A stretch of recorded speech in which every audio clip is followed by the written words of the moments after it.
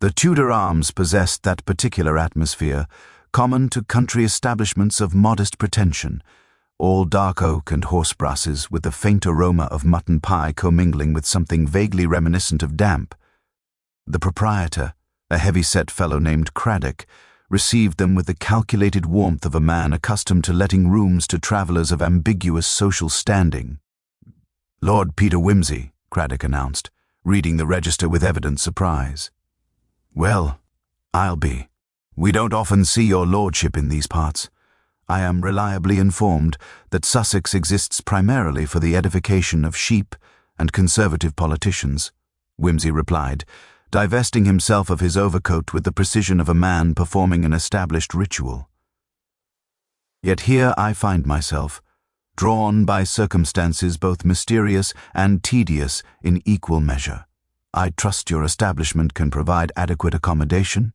The best rooms in the house, my lord, the blue room and the adjoining chamber.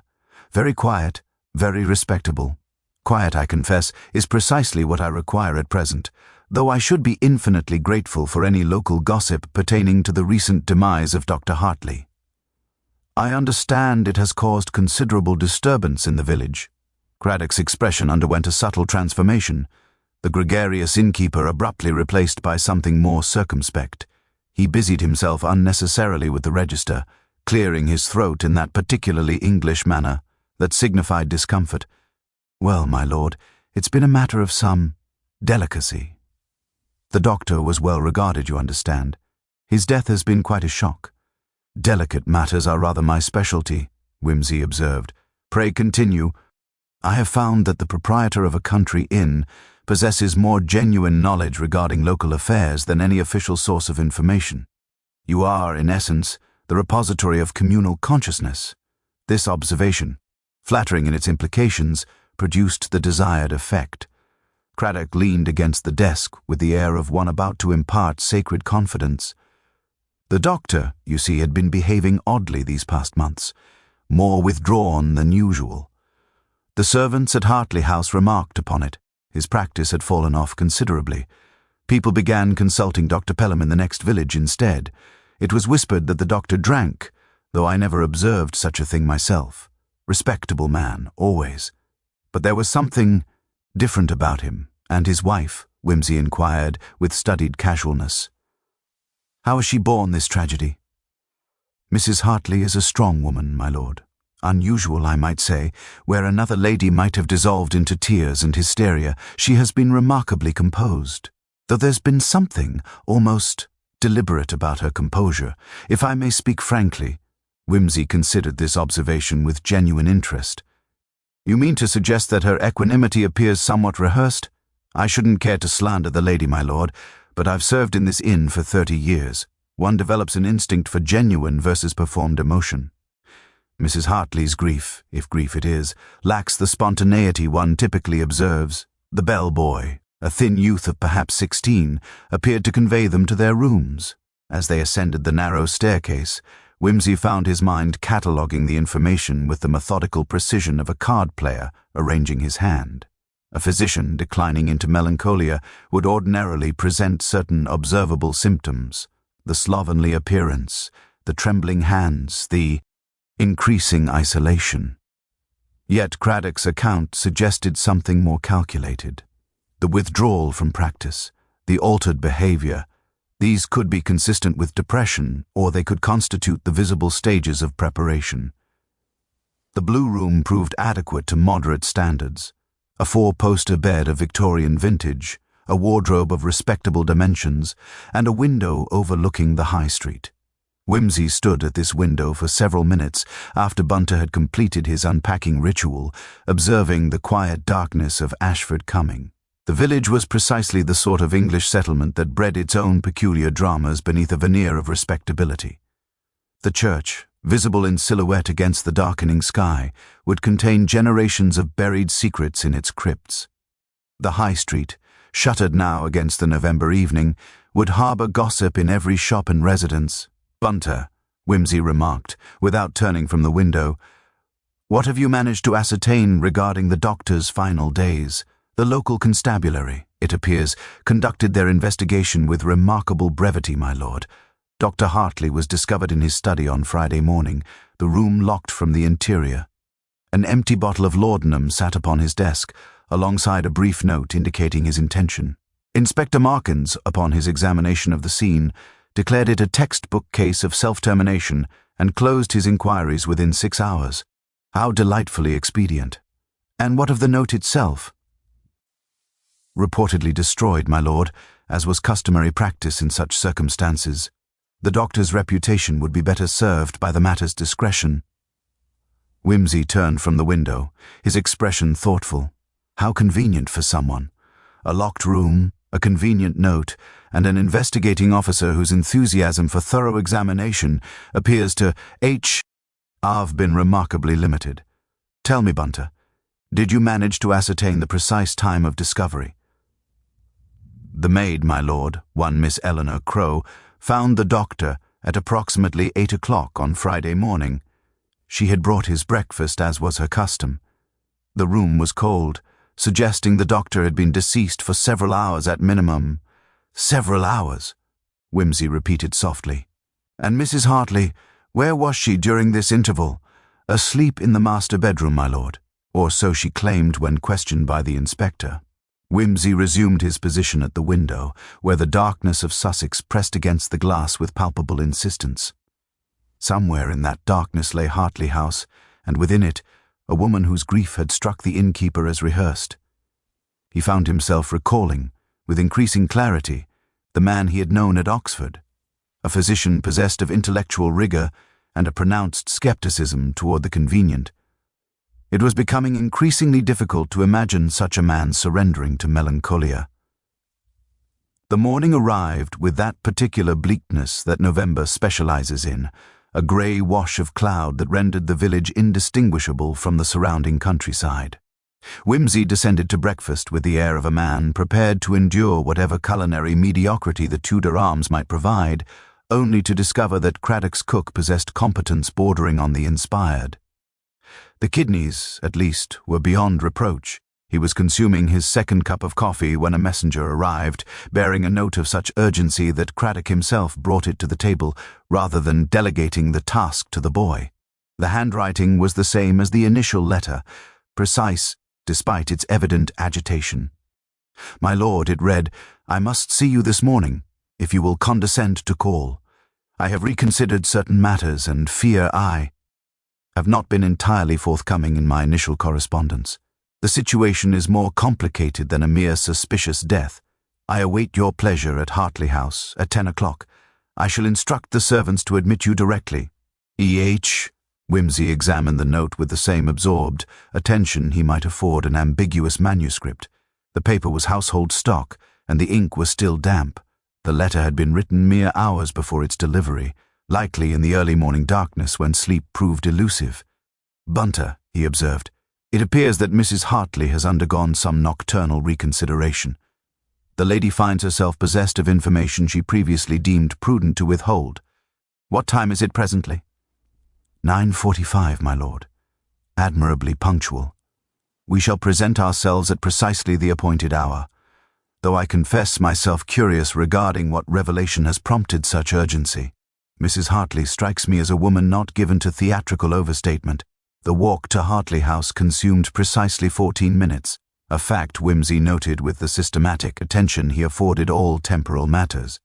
The residence itself was a late Victorian construction of red brick and excessive gable work, the sort of dwelling that suggested prosperity without taste. The gardens had been allowed to deteriorate into that particular state of dishevelment that comes from months of inattention. A maid answered the door before Wimsey had fully engaged the bell-pull. She was thin to the point of gauntness, with eyes that darted nervously between Wimsey and some point beyond his left shoulder. "Lord Peter?" she inquired, though her tone suggested she already possessed certainty regarding his identity. "The very same." "I am expected by Mrs. Hartley." "Yes, my lord. She is in the morning room. If you would follow me, please." The interior of Hartley say possessed that peculiar atmosphere common to households recently bereaved, a quality of suspended animation, as though the very walls held their breath awaiting some verdict on whether life might resume its ordinary rhythms. The furnishings were handsome but impersonal, the sort of appointments chosen by a decorator rather than inhabitants with genuine attachment to their surroundings. Mrs. Hartley rose as Whimsy entered the morning room. She was, he observed, a woman of perhaps 50 years, with the sort of composed features that suggested considerable practice in emotional regulation. Her dark dress was fashionable without being ostentatious, and her hands, though steady, bore the faint tremor of someone operating under considerable strain. "You came," she said, extending her hand in greeting. "I confess I was uncertain whether you would honor my request. You were acquainted with my husband, I understand." "From Oxford?" "Our acquaintance was slight but cordial," Whimsy replied, taking her hand briefly. "We inhabited overlapping circles during a particular academic year, though our paths diverged considerably after his medical studies commenced.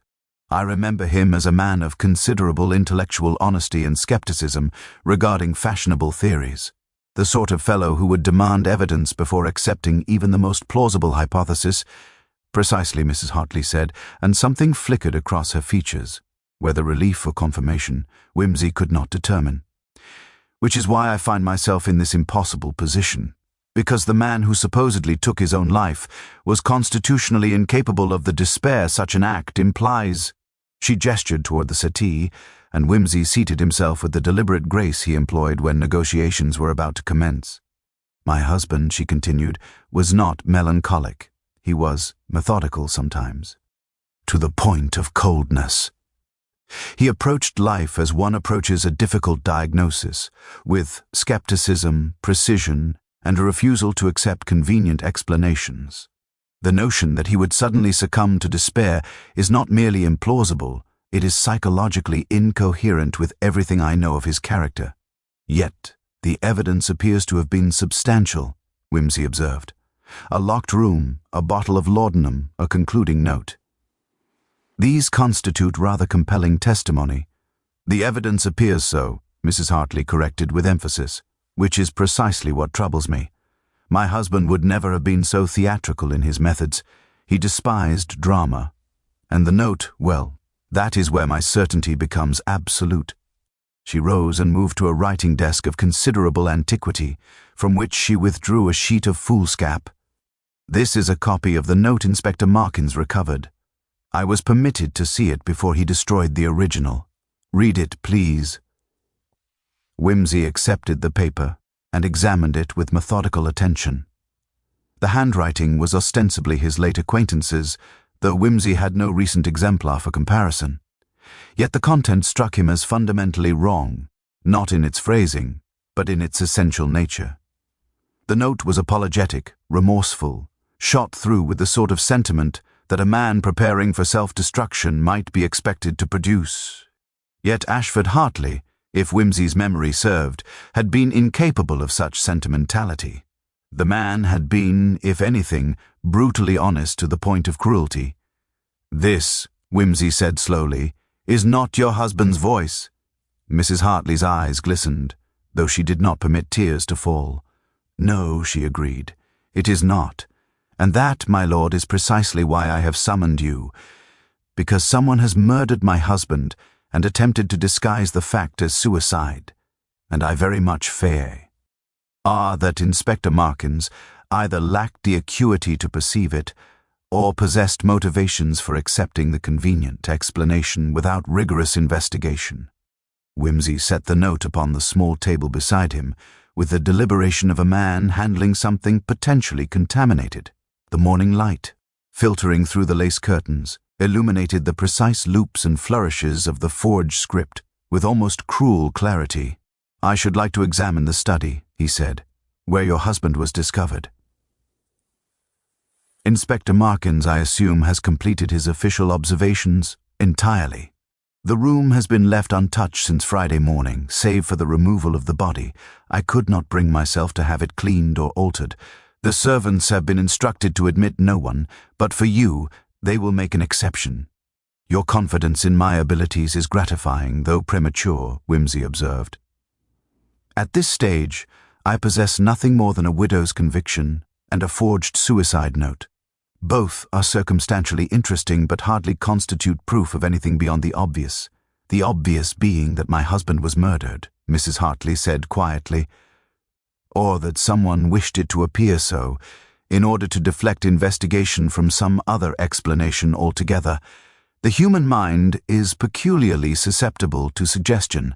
Show a person a locked room and a bottle of poison, and they are inclined to accept the most straightforward interpretation, particularly when that interpretation permits them to close their files and return to less troubling matters. Mrs. Hartley led him through the corridors of Hartley House with the measured tread of a woman who had traversed these paths countless times in her years of residence. The study occupied a corner position on the ground floor, with windows overlooking what had once been substantial gardens. The room itself was exactly as Whimsy might have anticipated. Walls lined with medical texts, a substantial desk of mahogany, leather furnishings arranged for neither comfort nor ostentation, but rather utility. The window, Whimsy noted immediately, was closed and locked from the interior. The desk contained the usual detritus of a professional life: correspondence, notes regarding patients, a fountain pen of respectable quality, but no particular distinction. A leather armchair stood near the fireplace, and it was here, presumably, that the body had been discovered. The laudanum bottle, Whimsy inquired, was it found upon the desk? Yes. Beside a glass containing traces of liquid. Inspector Markins theorized that my husband had consumed the poison in water to mitigate the bitterness. Whimsy examined the desk surface with particular attention, noting the arrangement of objects with the precision of a man accustomed to extracting significance from spatial relationships. He then turned his attention to the carpet, a Persian piece of considerable age and quality, and knelt to examine it at close range. "Your servants," he remarked, "were they questioned regarding the room's condition, whether the carpet bore any evidence of disturbance, whether objects had been moved from their customary positions?" Inspector Markins asked cursory questions, but his inquiries were directed toward establishing the fact of death, not its particulars. He seemed disinclined to probe deeper than was strictly necessary. "How remarkably convenient for someone," Whimsy murmured. "Tell me, Mrs. Hartley, what was your husband's practice like in recent months?" Craddock, the innkeeper, mentioned that it had declined considerably. My husband had been increasingly selective regarding which patients he would accept. Several months ago, he terminated his relationship with a family named Crowley. They res. In the manor house beyond the village. He refused to treat them further, though he never explained his reasoning. It caused considerable offense. The Crowleys are accustomed to deference, and his refusal was regarded as a profound slight. The manner of his refusal, was it diplomatically worded or characteristically blunt? Characteristically blunt. Ashford informed Sir Edmund Crowley, quite directly, that he could no longer in good conscience treat the family, and that they should seek another physician. He would provide no elaboration, though I pressed him repeatedly for explanation. Whimsy rose and moved toward the fireplace, where a brass mantelpiece held a collection of photographs in ornate frames. One in particular engaged his attention, a formal portrait of Ashford Hartley as he must have appeared circa 1905, his features younger but unmistakably possessed of that intellectual severity. Whimsy recalled, "Your husband kept no diary, no personal record of his observations or concerns?" "None that I have discovered. Ashford was remarkably private regarding matters he deemed personal. His professional affairs were meticulously documented, but his inner thoughts—" Mrs. Hartley trailed into silence. "Precisely," Whimsy said, "which suggests that whatever prompted his peculiar behavior, his withdrawal from practice, his treatment of the Crowley family, his apparent descent into melancholia, was something he deliberately concealed from you. You think him guilty of something? I think your husband discovered something troubling enough to alter his professional behavior and sufficiently significant that he deemed it necessary to maintain silence regarding it. The question becomes, what could possibly merit such discretion?" Whimsy turned to face her directly, and his expression had assumed that particular quality of concentrated attention, the T preceded significant deduction. "Mrs. Hartley, I require access to your husband's patient records. Specifically, I wish to examine the case files for any patients treated during the 3 months preceding his death. I suspect we shall find something rather more illuminating than laudanum bottles and theatrical suicide notes. The records are confidential, surely. Medical privilege. Your husband is deceased, Whimsy interrupted gently. His confidentiality dies with him.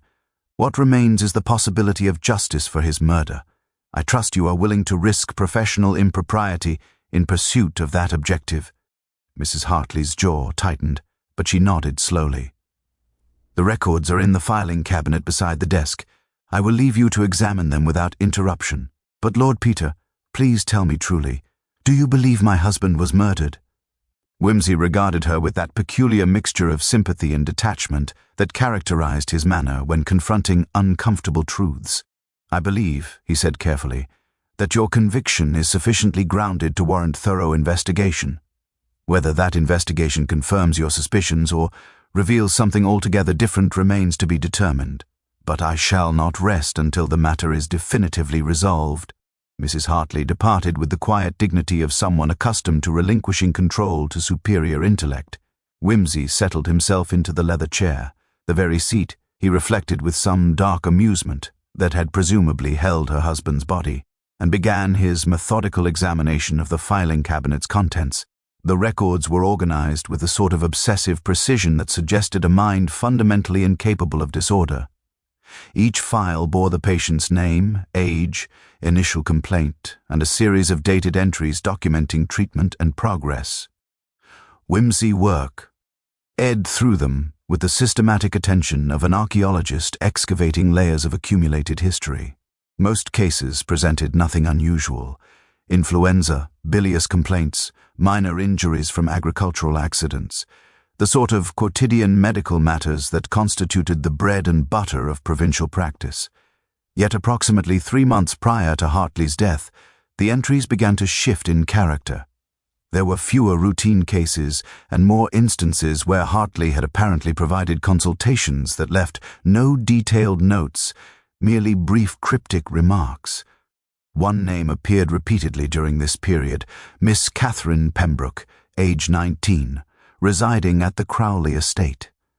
The initial entry, dated August, indicated a complaint of nervous exhaustion requiring rest cure and tonics, but the subsequent entries grew progressively more vague. By September, Hartley had written only patient condition deteriorated, prescribed continued rest, psychological component evident. The final entry, dated late September, read simply discontinued case, patient transferred to specialist care, yet there was no indication of which specialist, no forwarding address, no notation explaining the abrupt termination of treatment. Whimsy extracted this particular file and set it aside with the careful deliberation of a collector identifying a rare manuscript. He continued through the remaining records but found nothing else of comparable interest. The pattern was clear enough. Hartley had apparently observed something in Miss Pembroke's case that prompted sufficient alarm to warrant discontinuing treatment and subsequently severing his professional relationship with the Crowley family entirely. The question, of course, was what exactly had alarmed him sufficiently to alter his professional behavior so dramatically. Whimsy rose and moved to the study's bookshelf, where the medical texts were arranged with military precision. He ran his fingers along the spines, examining titles and publication dates. Among the expected volumes on general practice and surgical technique, he discovered something rather more specialized, a leather-bound monograph on nervous diseases, published in 1898, its margins dense with handwritten annotations in Hartley's unmistakable script. One passage had been underlined repeatedly, the pencil pressed with sufficient force to leave grooves in the paper itself. It concerned the manifestation of certain psychological conditions in young women, subjected to particular forms of familial pressure or control. The study door opened abruptly, admitting a young woman of perhaps 25, her features possessing that sharp intelligence that often accompanied genuine anxiety. "I beg your pardon," she said, though her tone suggested she felt no genuine contrition. "Mrs. Hartley mentioned we had a visitor. I am Miss Eleanor Crowe, the doctor's maid. I was the one who discovered, that is to say, I found him on Friday morning." Whimsy regarded her with that particular attention he reserved for potential witnesses. The girl was frightened, certainly, but her fear seemed to derive from something beyond the mere shock of discovery. "Miss Crowe," he said with formal courtesy, I trust you are recovering from that dreadful experience. Well enough, my lord. Though I confess I have not slept properly since Friday. Every time I close my eyes, I see him in that chair. Understandable. Tell me, Miss Crow, on the evening before the doctor's death, did you observe anything unusual in his demeanor? Any indication that his state of mind had deteriorated further? Eleanor hesitated, her fingers worrying at the fabric of her apron. He seemed preoccupied, more than usual, I mean. He came home from his afternoon consultations and went directly to the study, ordering that he was not to be disturbed. Mrs. Hartley attempted to speak with him at dinner, but he was distant, almost angry, though the doctor rarely displayed anger openly. And that evening? Did you observe the study's door being locked? I did not, my lord. But the doctor was most particular about privacy. He often locked himself away when contemplating medical matters. Whimsy set down the medical volume he had been holding and turned to face the girl directly. Miss Crow, I must ask you a question of considerable delicacy. Was there any suggestion, any whisper or intimation whatsoever, that Dr. Hartley's professional relationship with certain patients had extended beyond the strictly medical? Eleanor's face flushed crimson. I am certain I do not understand your meaning, my lord. I believe you understand perfectly. The question is whether you possess the courage to speak truthfully regarding what you may have observed. The girl's hands trembled visibly, and for a moment Whimsy thought she might flee the room entirely. But something, whether it was fear of deception being discovered or genuine desire to see justice served, seemed to steel her resolve. There were rumors, she said quietly, in the village. Nothing specific, you understand. But people noticed that the doctor made frequent house calls to the Crowley estate, far more than seemed medically justified. And Miss Pembroke, she was sometimes seen looking distressed after his visits, though one could hardly accuse a physician of impropriety merely because a patient appeared upset. Quite so, Whimsy agreed. Yet rumors, when sufficiently persistent, often contain kernels of genuine concern. Miss Crow, I am going to ask you something else, and I require absolute honesty. Did Dr. Hartley ever exhibit behavior toward you? Anything inappropriate? Anything that suggested his professional boundaries were insufficiently rigorous? Eleanor met his gaze directly, and her answer came with the ring of absolute certainty. Never, my lord. The doctor was always proper. But that is precisely why the rumors troubled me.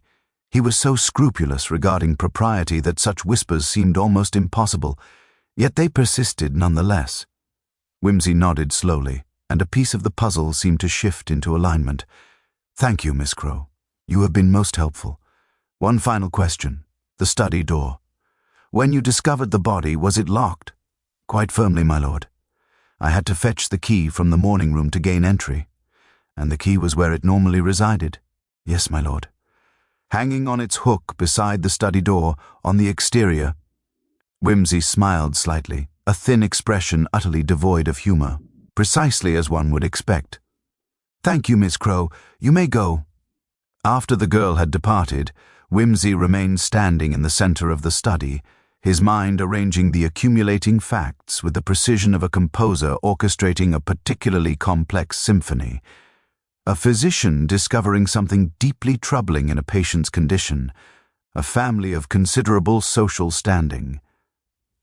A young woman withdrawn abruptly from treatment, a suicide note that did not reflect its supposed author's voice or character, and now, most significantly, a locked door whose key hung accessible to anyone with knowledge of the house's ordinary arrangements.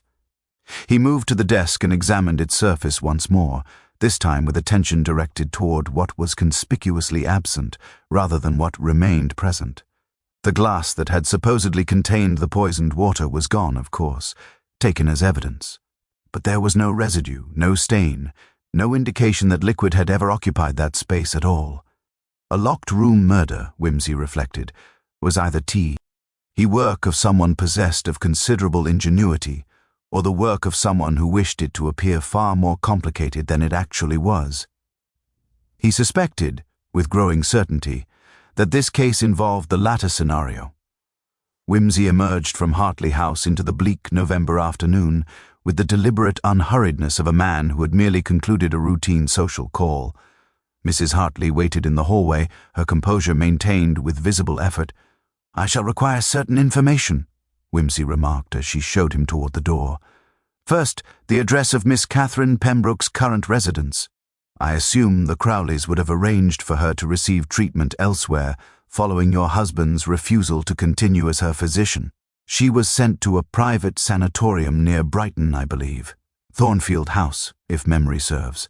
The arrangement was made with considerable discretion, though such matters are never truly private in a village of this size."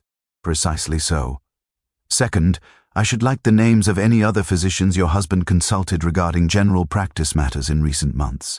Professional correspondence, medical societies, that variety of thing." "There was Dr. Morrison in Lewes. They corresponded occasionally regarding difficult cases." "Excellent. I shall need to contact him. And finally, the precise timings of events on Friday morning. What time did the maid discover the body, and what time had you last observed your husband alive?" Mrs. Hartley's fingers clenched momentarily before releasing. "Eleanor found him at 8 o'clock, as she reported. I had seen Ashford the previous evening at dinner, approximately 7 o'clock. He retired to the study afterward, indicating he wished to complete some correspondence. I went to bed at approximately 10:30 and did not see him again. And your bedroom is on the first floor, at the opposite end of the house from the study. The walls are substantial. One would not ordinarily hear sounds from that distance." Whimsy filed this information with systematic precision. "Thank you, Mrs. Hartley. I shall conduct further inquiries, but I suspect the truth of this matter lies in a direction you have perhaps not yet contemplated. I shall return this evening with whatever illumination I can provide." The walk back to the Tudor Arms consumed his attention entirely, his mind engaged in that peculiar form of abstract reasoning that often preceded significant breakthrough. He found Bunter awaiting him in the sitting room with tea prepared to precise specifications. "You have discovered something, my lord," Bunter observed, which was less question than statement of established fact. "I have discovered several somethings," Whimsy corrected, settling into an armchair with the air of a man preparing for extended contemplation. "The question becomes whether they constitute pieces of a coherent puzzle or merely scattered debris from unrelated circumstances. Tell me, Bunter, what is your assessment of Inspector Markins? The local constabulary appear to regard him with mixed sentiment, my lord.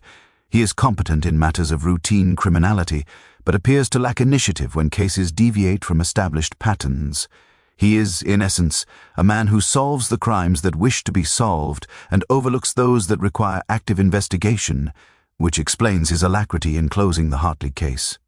A suicide, however suspicious in its particulars, is infinitely less troubling than a murder requiring genuine investigative rigor. The paperwork is simpler, the resolution more satisfying to local authorities, and the victim's reputation remains unsullied by the implication of foul play." Whimsy rose and moved to the writing desk, where he composed a bri. E.F. letter to Dr. Morrison in Lewes, requesting urgent consultation regarding a recent patient transfer. He then composed a second epistle to Thornfield House, inquiring after Miss Catherine Pembroke's condition and requesting permission to visit. "Post these immediately," he instructed Bunter, "by messenger if necessary. And then I require you to conduct certain discreet inquiries regarding the Crowley family, their financial circumstances, any recent scandals or whispers, the nature of Sir Edmund's reputation.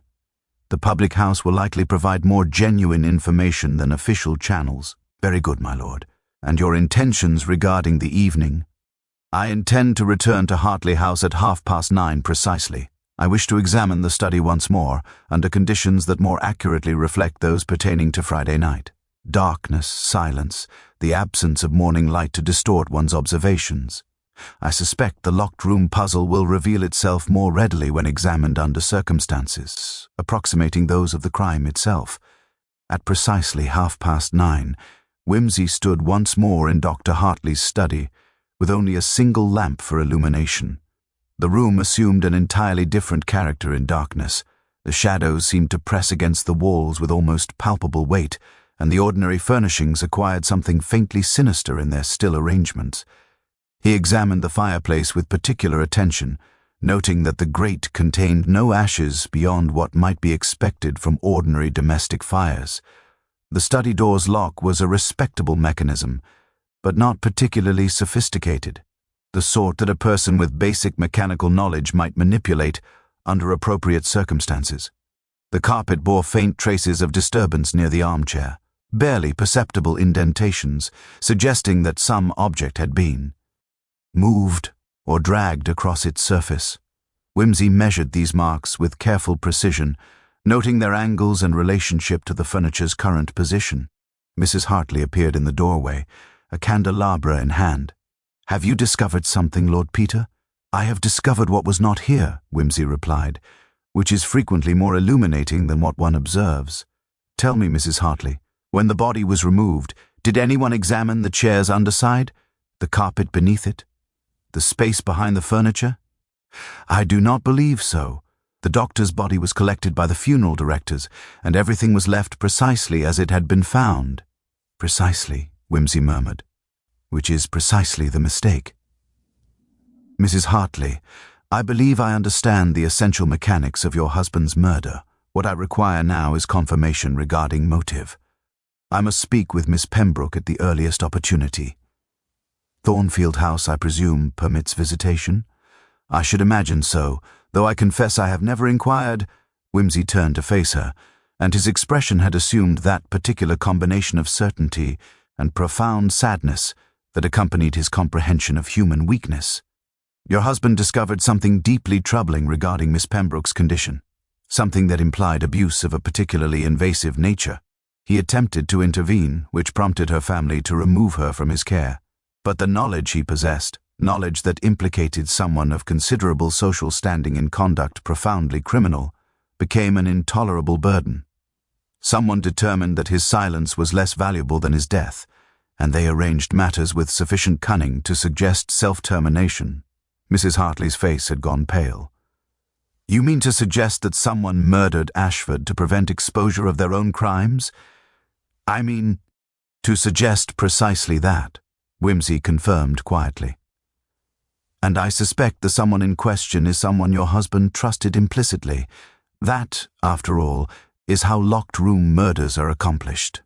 Not through elaborate mechanical contrivances, but through the perpetrator's privileged access and the victim's fundamental assumption of safety within his own home. The drive to Thornfield House consumed 2 hours through darkened Sussex lanes, the Daimler's headlamps cutting narrow corridors through the November night. Whimsy had sent a messenger ahead with a letter bearing sufficient authority to ensure admission, though he suspected that the sanatorium's proprietor would have admitted him regardless. There was something about Whimsy's title and manner that rendered refusal seem somehow impertinent. Thornfield House proved to be a Victorian Gothic construction of unfortunate architectural pretension, all turrets and excessive ornamentation, the sort of establishment that specialized in housing the mentally afflicted with just sufficient respectability to assuage their families' anxieties. A gaunt woman in starched white received him in the drawing-room, her manner suggesting that she had learned to conceal her mercenary nature beneath layers of professional solicitousness. "Lord Peter Whimsy," she announced, consulting a ledger with theatrical precision. "We do not typically permit late visitation, but your letter indicated urgency of a rather particular sort. Miss Pembroke is in the day-room. She is considerably improved since her arrival, though she remains somewhat withdrawn. The condition from which she suffers is of a deeply nervous character. She requires great gentleness in her interactions. I shall endeavor to exercise appropriate restraint," Whimsy assured her dryly. Catherine Pembroke sat near a window that looked out onto darkened gardens, her hands occupied with needlework that she pursued with mechanical precision. She was, Whimsy observed, a girl of delicate constitution but intelligent features, her eyes possessing that particular quality of suppressed awareness that suggested depths considerably greater than her apparent fragility implied. "Miss Pembroke," Whimsy began, seating himself opposite her with deliberate casualness. "I am Lord Peter Whimsy. I am here regarding Dr. Hartley's death." The needlework stilled.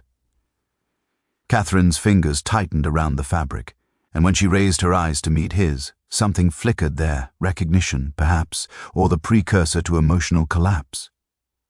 "The doctor is dead," she whispered. Apparently by his own hand, according to the official account, though I have reason to suspect the account is considerably less than truthful. I believe you may possess information that clarifies the actual circumstances of his death. Catherine set down her needlework with deliberate care, as though any sudden movement might shatter some fragile equilibrium she had constructed. When she spoke, her voice emerged barely audible. "I should not speak of these things. Father said that silence was necessary for my recovery, that discussing what occurred would only perpetuate the trauma." "Your father," Wimsey observed with studied casualness, "is Sir Edmund Crowley, a man of considerable standing but questionable moral foundation. The trauma you reference, would that constitute abuse of an intimate nature perpetrated by someone positioned to exploit your vulnerability?" Catherine's entire body convulsed as though struck. She rose abruptly and moved to the window, her shoulders hunched in posture of profound distress. "Dr. Hartley was the only person who recognized," she said, her voice hollow. "He came to treat my supposed nervous exhaustion, and after the first examination, he understood immediately. He was kind about it, but I could see the horror in his eyes. He asked me directly, and I could not lie to him. Not after years of being forced to. And when you revealed the truth, Dr. Hartley discontinued your treatment? He said he could not ethically continue, that I required psychological specialist care rather than his general practice. But before he left that day, he took Father aside. I did not hear what was said, but Father's face afterward." Catherine turned back to face Wimsey, and her expression had hardened into something resembling resolution. Father was frightened, genuinely frightened of what Dr. Hartley had threatened. Threatened? Wimsey leaned forward with acute interest. "What precisely did Dr. Hartley threaten?" "Exposure, I believe." Father said afterward that the doctor had made it clear he would contact the authorities unless Father arranged for my immediate removal from the household and cessation of his activities.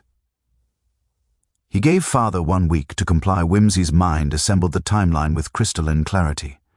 Hartley had discovered the abuse, had threatened exposure, had demanded compliance. Crowley had arranged Catherine's immediate transfer to the sanatorium, a convincing performance of paternal concern for his daughter's health. But Hartley's threat remained, a sword suspended perpetually over Crowley's head, the knowledge that a single disclosure could destroy everything, his reputation, his social position, his freedom itself. "Miss Pembroke, I must ask you a question of considerable delicacy. Has anyone else, any member of Dr. Hartley's household, any of his associates, made similar inquiries regarding your condition?" Catherine shook her head. "Only Dr. Morrison from Lewes. Dr. Hartley apparently wrote to him. Regarding my case, some sort of professional consultation. Dr. Morrison sent a response indicating he wished to discuss matters further. But then Dr. Hartley died, and everything ceased. There it was, the motive crystallizing with terrible simplicity. Hartley had not merely threatened exposure to Crowley himself, but had begun consulting with colleagues, creating a network of medical knowledge that would be extraordinarily difficult for Crowley to suppress or deny. The doctor had been methodically building a case, gathering professional testimony, assembling evidence that would inevitably lead to Crowley's exposure. "When did Dr. Morrison's letter arrive?" Wimsey inquired. "I do not know precisely. I left the household before the final deterioration of my father's patience." Wimsey rose, his decision crystallizing. "Miss Pembroke, you have been profoundly brave in speaking truthfully. What you have revealed will likely result in significant consequences for your father, but it will also ensure that Dr. Hartley's death receives appropriate investigation and that justice is served. I trust you understand this?" "Dr. Hartley was trying to help me," Catherine said simply. "He risked everything to protect me from further harm. The least I can do is ensure his death is not rendered meaningless."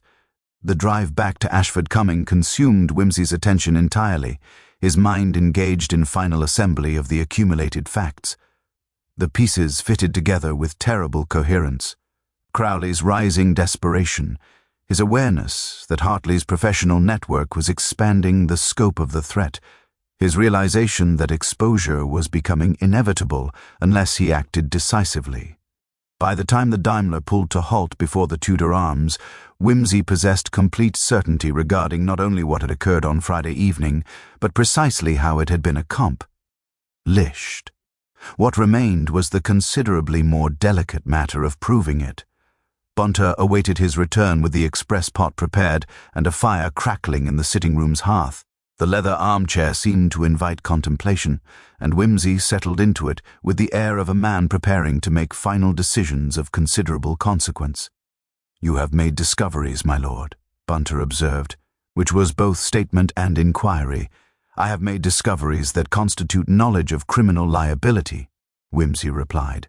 "The question becomes whether such knowledge can be transformed into evidence sufficiently rigorous to satisfy even Inspector Markin's evidently modest standards. Tell me, what intelligence did you manage to acquire regarding the Crowley family?" "Sir Edmund Crowley is considerably indebted, my lord. His estate has been mortgaged repeatedly over the past 5 years.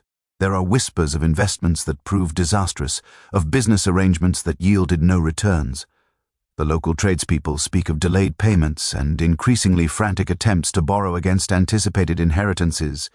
Financial desperation, then. The prospect of social ruin combining with monetary catastrophe. A man in such circumstances becomes capable of extraordinary measures to protect what little remains of his position." Whimsy rose and moved to the writing desk, where he composed 2 letters with meticulous care. The first was addressed to Inspector Markins, requesting an urgent conference at 9 o'clock the following morning at Hartley House.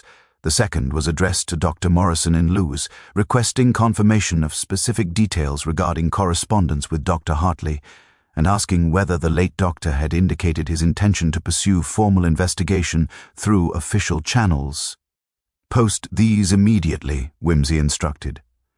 "Ensure that M. Arkins receives his copy personally, and that the messenger impresses upon him the urgency of my request. I suspect the inspector will be most interested in certain facts that his initial investigation overlooked." Sleep proved elusive that night. Whimsy lay in the Blue Room, his mind engaged in final rehearsal of the mechanism by which murder had been accomplished. The locked room, the poison, the forged suicide note, all of it suddenly transparent in its essential simplicity. Not a locked room mystery at all, but rather a manipulation of timing, authority, and the universal human tendency to accept convenient explanations. By 8 o'clock the following morning, Whimsy had consumed an adequate breakfast and reviewed his notes with final precision. He walked to Hartley House with Bunter maintaining discreet distance, arriving precisely at 9 o'clock to find Inspector Markins already present, his manner suggesting considerable irritation at being summoned at such an ungodly hour. "Lord Peter," Markins greeted him with forced cordiality. "Mrs. Hartley mentioned you had been conducting inquiries. I trust you have satisfied yourself that our initial assessment was accurate?" "On the contrary," Whimsy replied, seating himself in the study with deliberate informality. "I have determined that your initial assessment was not merely inaccurate but profoundly misconceived. Dr. Hartley did not commit suicide. He was murdered, and the mechanism by which this murder was accomplished is sufficiently elegant to deserve careful explanation." Markin's face suffused with indignant color. "That is an extraordinary accusation. Based upon what evidence precisely?" "Based upon evidence that your investigation was too hasty to discover. Permit me to illuminate. First, the suicide note. I have examined exemplars of Dr. Hartley's genuine handwriting, and the note does not correspond to his authentic script. The psychological content is similarly inconsistent with his documented character. Second, the locked room. You assumed the lock presented an insurmountable obstacle to murder, yet the key hung upon the exterior of the door, accessible to anyone with knowledge of the household's ordinary arrangements. The doctor might have left it there. The doctor might have, except that servants testify the key's location was constant. Third, and most significantly, the poisoned water. You recovered a glass supposedly containing traces of laudanum, yet I detect no residual staining upon the desk surface where such a glass presumably sat. Liquid leaves traces, Inspector, particularly liquid containing metallic salts. The absence of such traces suggests the glass was placed there after the body's removal, not before the doctor's death. Markins rose from his chair, his posture aggressive. This is precisely the sort of speculation that destroys police work. You are constructing elaborate theories based upon absence of evidence. I am constructing theories based upon attention to detail that your investigation conspicuously lacked, Whimsy corrected, his tone cutting with surgical precision. Allow me to propose an alternative sequence of events. Dr. Hartley discovered abuse perpetrated against Miss Catherine Pembroke by her father, Sir Edmund Crowley. He informed Crowley that exposure would result unless immediate remediation occurred. Crowley arranged Catherine's removal to a sanatorium, but Hartley had begun consulting with medical colleagues regarding the case, creating a network of knowledge that Crowley perceived as catastrophic threat. "How do you know this?" Markins demanded. "Because I have spoken with Miss Pembroke herself, and she has provided unequivocal confirmation of these facts. Furthermore, I have received correspondence from Dr. Morrison Indicat that Dr. Hartley had written to him requesting consultation regarding a patient presenting symptoms consistent with intimate abuse. Dr. Morrison's response indicated his willingness to provide professional testimony regarding such matters." Whimsy rose and moved toward the study's door. Crowley realized that Hartley's death was the only viable solution to his predicament. He arranged to visit the doctor on Friday evening, ostensibly regarding his daughter's continued care. Being a person of considerable social standing and familiarity, his presence occasioned no suspicion. He was permitted to enter the study while the doctor attended to some minor matter. Crowley then administered the laudanum via a glass of water, a simple task for a man with medical knowledge, which Crowley possesses from his years managing a substantial agricultural enterprise. He then departed, locked the door from the exterior using the key hanging upon its hook, and left the key precisely where he found it. "You have constructed an entire narrative without a single piece of physical evidence," Markins protested. "On the contrary," Whimsy replied, moving toward the fireplace. "The physical evidence is precisely where one would expect to find it if one possessed sufficient acuity to recognize its significance. The carpet bears indentations, indicating that an object was placed upon it and subsequently removed.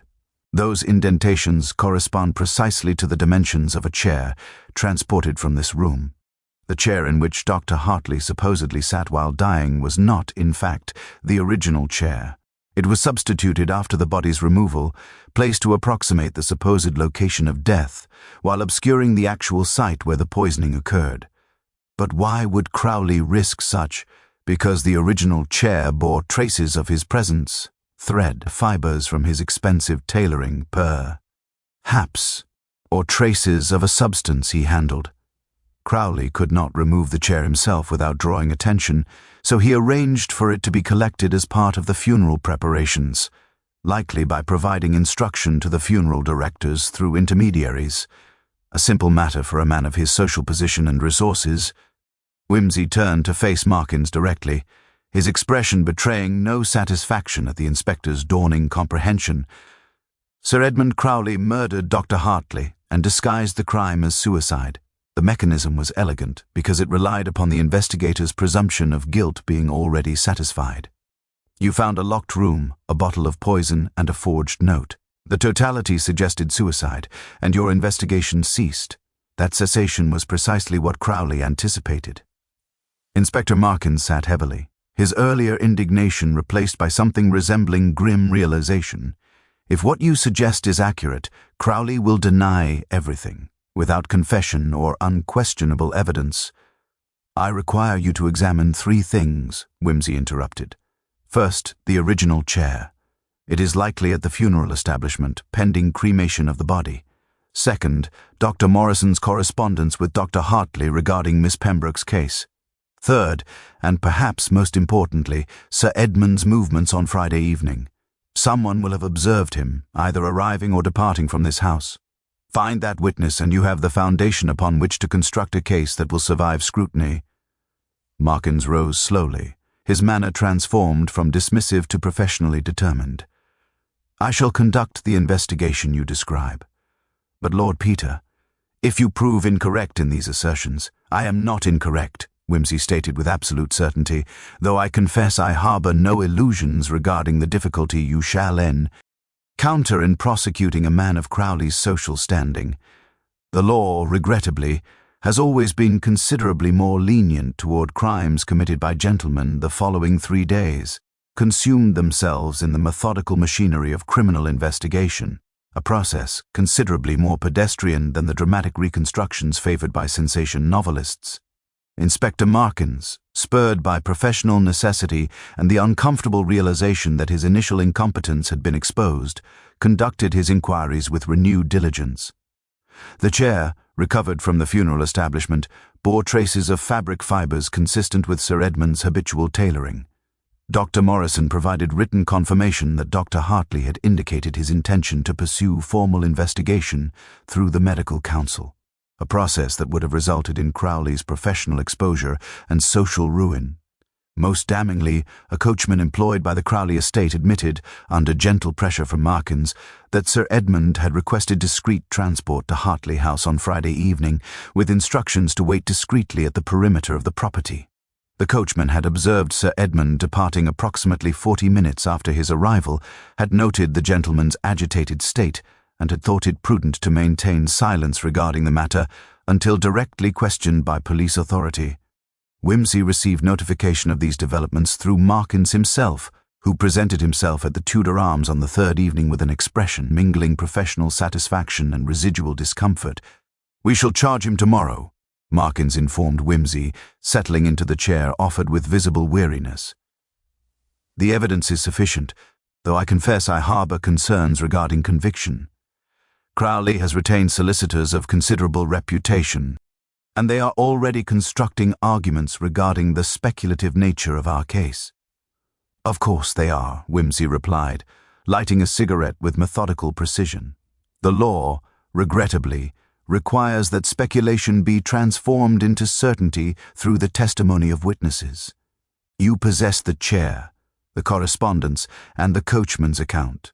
That constitutes sufficient foundation for prosecution, though conviction remains uncertain. Justice, Inspector, is a temperamental mistress. She does not always reward the virtuous with triumph. I owe you considerable gratitude," Markins acknowledged, though his tone suggested the admission came with difficulty. "Without your intervention, Hartley's death would have remained officially unexplained, and Crowley would have continued his predations upon vulnerable individuals." "You owe me nothing," Wimsey corrected with characteristic indifference. "I intervened because the matter presented genuine intellectual interest, and because I found myself constitutionally incapable of accepting Mrs. Hartley's initial conviction without rigorous investigation. That, I discovered murder rather than suicide, is ultimately irrelevant to my motivation." After Markins' departure, Wimsey found himself possessed of that particular hollowness that followed the resolution of criminal mysteries. The intellectual puzzle had been solved, the mechanism of murder deduced, the guilty party identified. Yet these accomplishments seemed to dissipate into insignificance when contemplated against the wreckage they implied. A young woman violated repeatedly by the man charged with her protection. A physician murdered for his moral conscience, a community fractured by the revelation of evil masquerading beneath respectability. He took his evening meal alone in the dining room, afterward retiring to his chamber, where he engaged in the somewhat futile pursuit of reading Jacobean poetry. The words seemed to mock him with their eloquence, their attempts to transform human suffering into aesthetic beauty. He thought of Hartley, the man he had known at Oxford, possessed of rigorous intellect and genuine moral foundation. Such men were uncommon, and their loss seemed to diminish the world by measurements that statistics could never adequately express. On the following morning, as Wimsey prepared to depart Ashford Cumming, Mrs. Hartley presented herself at the Tudor Arms. She was composed, as always, but something in her bearing had shifted, a quality of provisional peace, perhaps, or the particular dignity that comes from having confronted terrible truths and survived their revelation intact. "I have come to express my gratitude," she said, accepting the tea bunter offered with understated grace. and to inform you that I have made certain arrangements regarding Catherine Pembroke's welfare. She will remain at Thornfield House for the duration of her recovery, but following that, she shall reside with my sister in Yorkshire. She requires distance from Sussex, from the circumstances that defined her captivity. I hope you approve of this arrangement." "I approve wholeheartedly," Wimsey assured her. "Miss Pembroke possesses considerable intelligence and sensitivity. Given appropriate distance from trauma and adequate time for psychological reconstruction, she may well rebuild something approximating a functional existence. That is, of course, the best that any of us can reasonably anticipate. Not happiness necessarily, but the capacity to endure with minimal additional damage. My husband possessed that capacity," Mrs. Hartley observed quietly. "He endured his knowledge of Miss Pembroke's suffering despite the terrible burden it imposed. He confronted her father despite knowing the consequences might prove severe. I feel myself increasingly grateful that I married a man possessed of such moral foundation, even as I grieve the price he paid for exercising it." Wimsey rose and extended his hand, which she grasped with firmness. "Your husband was a remarkable man, Mrs. Hartley. His death will be avenged through the prosecution of his murderer. That is, regrettably, all that the law offers in compensation for such loss. It seems inadequate, though no adequate compensation exists for the termination of a life so constitutionally inclined toward goodness." The Daimler departed Ashford-Cumming at precisely 11 o'clock, its trajectory directed toward London through roads rendered grey by the approaching winter. Wimsey gazed backward toward the village with an expression of characteristic detachment, yet something in the set of his shoulders suggested a weariness that transcended mere physical fatigue. "Sir Edmund will likely escape conviction despite the evidence," Bunter observed, a statement rather than question. "The legal system, my lord, has demonstrated remarkable leniency toward crimes committed by those of elevated social standing." "Almost certainly," Wimsey agreed. "He will retain solicitors of considerable reputation, who will construct arguments emphasizing the speculative nature of our case. He will claim that the chair substitution was undertaken for entirely innocent reasons, that his visit to Hartley House was routine and unrelated to the doctor's subsequent death. He will position himself as a grieving father whose daughter required medical intervention, and his solicitors will argue that a locked door presented insurmountable obstacles to his hypothetical murder attempt, and the jury will believe him."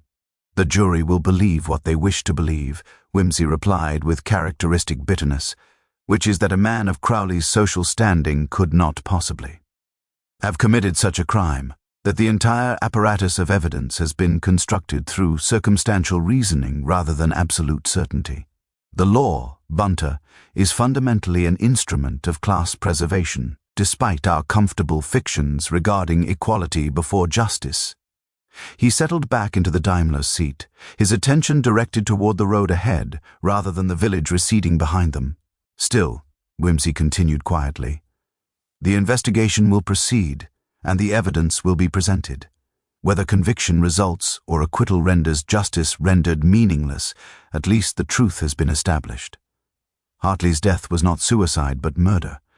That truth exists now, regardless of what the courts conclude."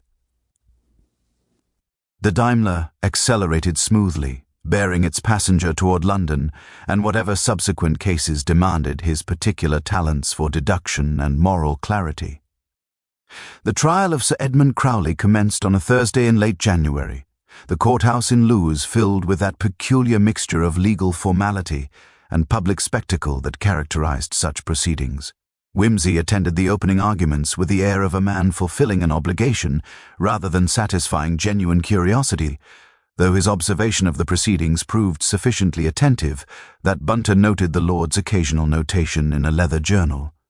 The prosecution's case was presented with methodical precision by Counsel Harrington, a barrister of considerable competence, if limited imaginative capacity.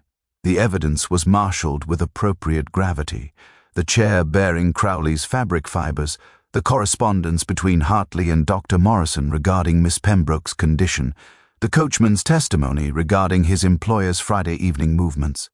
The timeline was established with particular care, the medical aspects explained. "Shh!" rough Dr. Morrison's testimony regarding the relatively rapid action of laudanum when administered in concentrated solution. Yet as Wimsey observed the jury's expressions during these presentations, he perceived a subtle resistance, a fundamental unwillingness to accept that a man of Crowley's apparent respectability could have committed such an act. The jurors were farmers and merchants primarily, men accustomed to accepting the social hierarchy as natural law. That Sir Edmund should be charged with murder seemed to strike them as somehow disruptive of proper order, as though their own social positions might be rendered unstable by the conviction of someone positioned above them. Crowley's defense was orchestrated by Sir Harrington Blackwood, a solicitor of legendary reputation whose courtroom manner combined avuncular warmth with surgical precision in dismantling prosecution testimony. He did not deny Crowley's visit to Hartley House, nor did he contest the fact that the doctor and baronet had discussed Miss Pembroke's condition. Rather, he constructed a narrative of paternal anxiety, a concerned father seeking the best possible care for his troubled daughter, consulting with her previous physician regarding appropriate treatment options. "The prosecution would have you believe," Blackwood intoned, addressing the jury with practiced sincerity, "that my client administered poison to Dr. Hartley during a routine consultation regarding his daughter's medical care.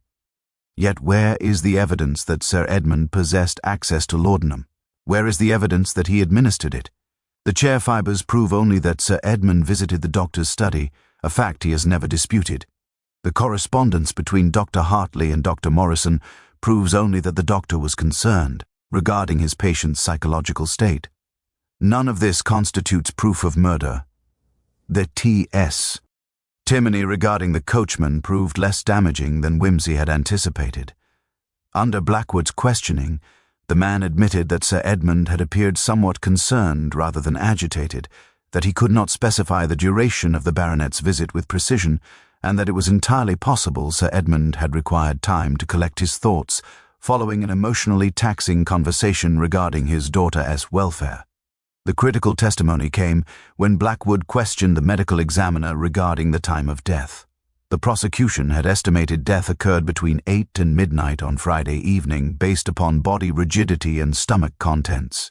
Yet under Blackwood's careful probing, the medical examiner admitted that such estimates carried considerable margins of error, that death might have occurred as late as 3 o'clock Saturday morning. So it is possible, Blackwood suggested, that Dr. Hartley consumed the poison well after Sir Edmund's departure from the residence.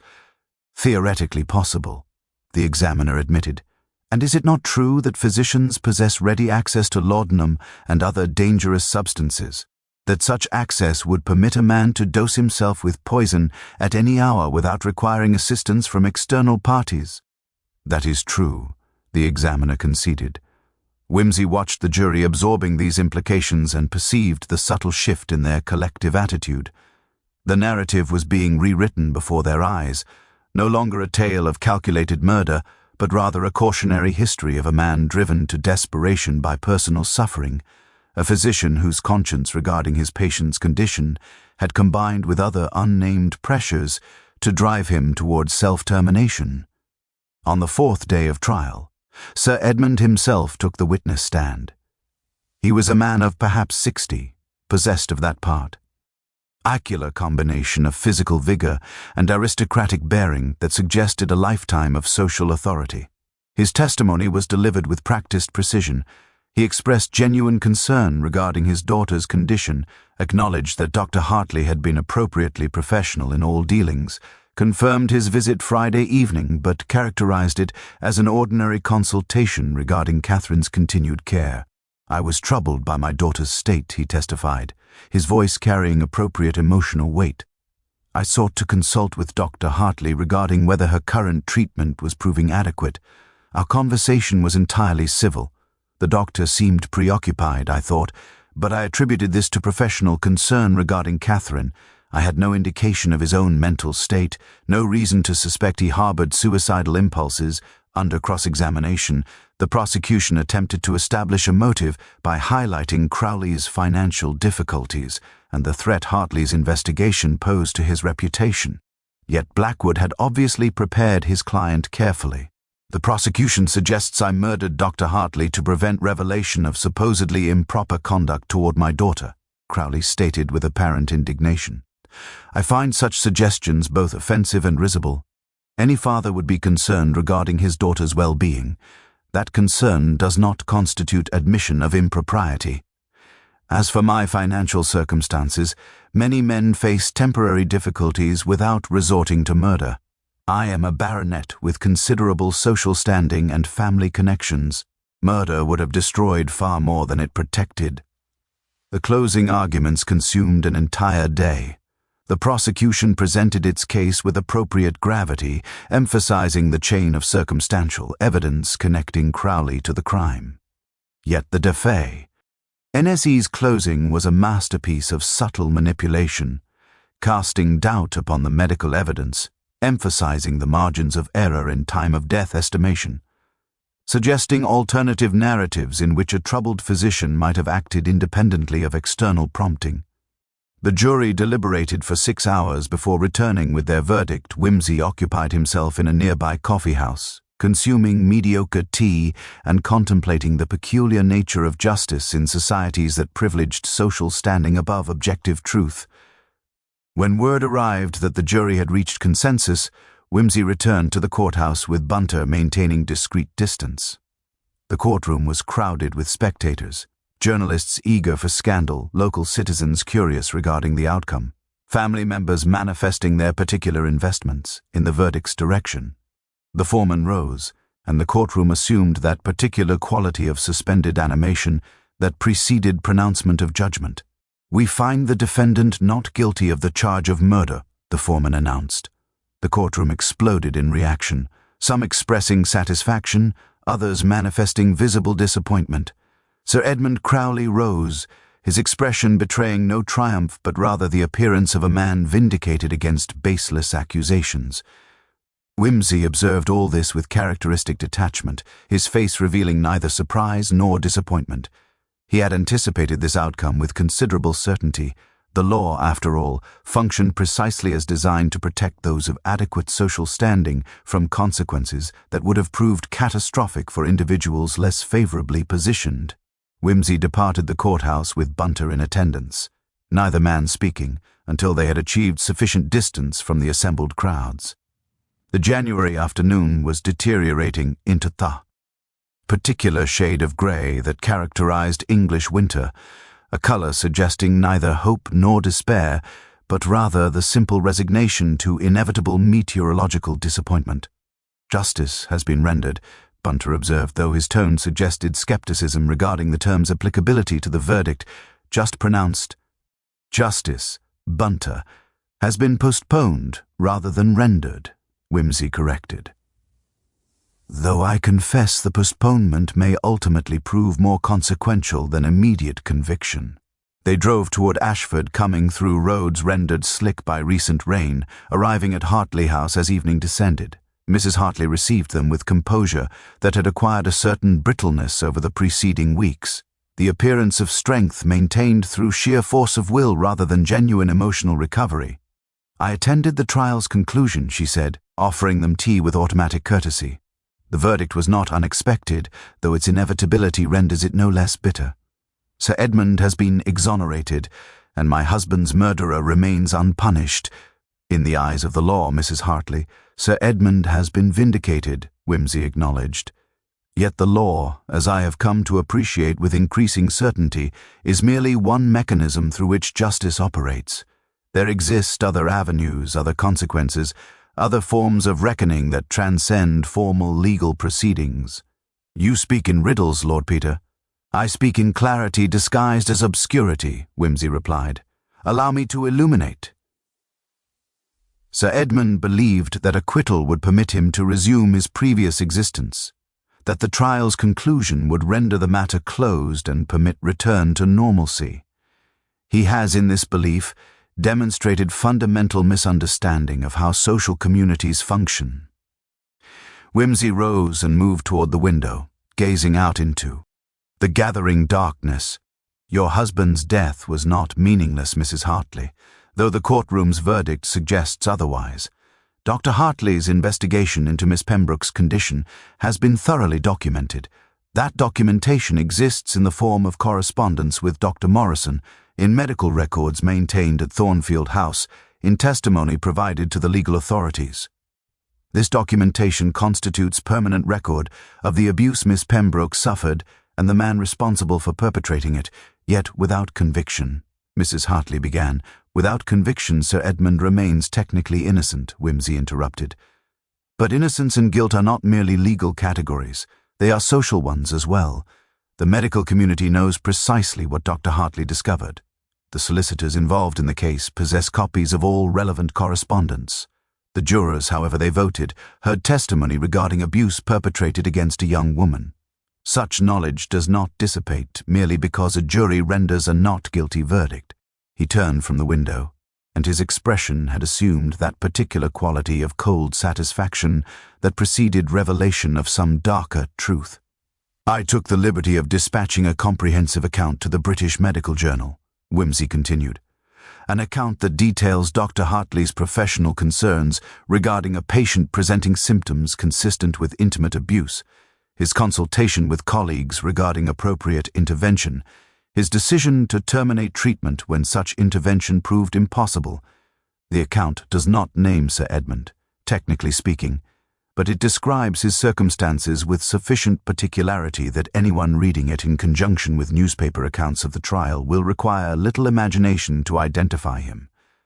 Mrs. Hartley's eyes widened as L. "Itely. You have exposed him through professional channels. I have ensured that the medical community possesses knowledge of what occurred. The journal's publication will coincide with the circulation of trial transcripts throughout legal and medical circles. Sir Edmund will discover that his acquittal has transformed him not into a vindicated gentleman, but rather into a pariah within the very professional communities upon which his social standing depends. His colleagues will regard him with suspicion. His social invitations will mysteriously cease. His daughter will find herself ostracized by respectable families, rendered effectively unmarriageable by association with the scandal. That is rather elaborate revenge," Mrs. Hartley observed, though something in her tone suggested she did not entirely disapprove. "It is not revenge," Whimsy corrected with precision. "Revenge implies personal vengeance undertaken for emotional satisfaction. This is justice of a different order, the consequence of natural social responses to revelation of profound moral failing. Sir Edmund will live, Mrs. Hartley. He will retain his title, his wealth, his ostensible respectability, but he will live as a man known to have committed acts that his social circle finds intolerable, regardless of the courtroom's formal exoneration.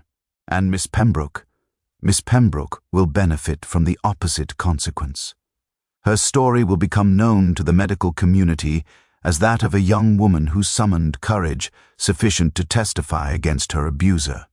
The account in the medical journal will position her as victim rather than guilty party, will ensure that her suffering is acknowledged and validated by professional authority. She will spend her life bearing the psychological scars of her father's abuse, certainly, but she will spend it with knowledge that her suffering was not rendered meaning. Less by legal technicality, that the man responsible will bear appropriate social consequences for his actions. Whimsy moved toward the door, signaling that their business was concluded. "Your husband's death was rendered meaningful not through conviction but through consequence. Dr. Hartley's moral stand resulted in the establishment of professional and social accountability that transcends legal verdict. That is, I suspect, something approximating the justice he would have desired.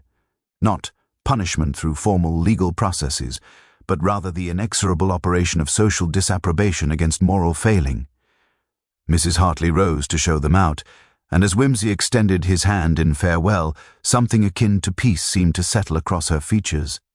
"Thank you, Lord Peter," she said simply, "not merely for your investigation, but for understanding that justice requires mechanisms beyond those the courts provide."